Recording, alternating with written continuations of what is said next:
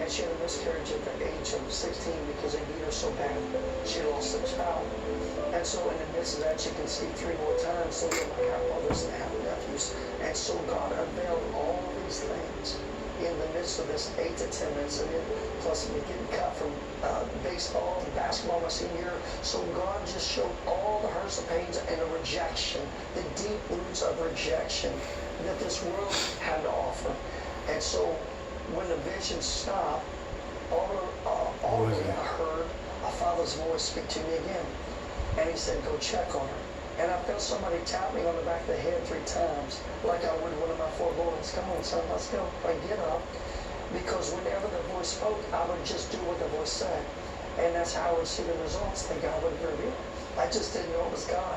I walked over to the bathroom, and the door was left open about 6 to 8 inches. And as I looked inside, there lay Margaret Rose Cox. She's face plant first. She's pale as a white shirt. She's lifeless, blue lips. She's cool to the touch. She's starting to get clammy. She had no pulse in her throat or her wrist. And then the audible voice said, pick her up.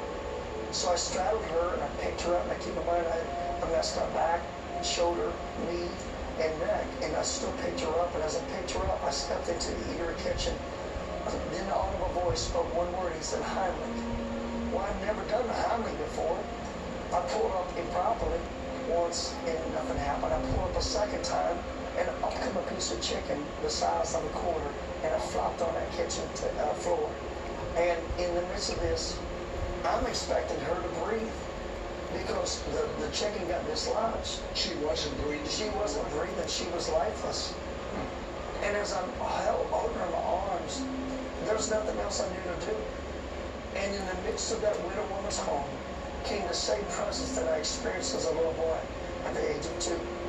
And that presence of the resurrection power of Jesus came into that widow woman's home at 34th and Kessler in Indianapolis, Indiana. Genius. And God quickened that body back to life, and she started gyrating. And she started gasping prayer. And in the midst of that, God didn't stop. The goodness of God, He just revealed His truth. He revealed His resurrection power. And not only did God breathe life into her, God healed my shoulder 100%. He healed my neck. He healed my spine.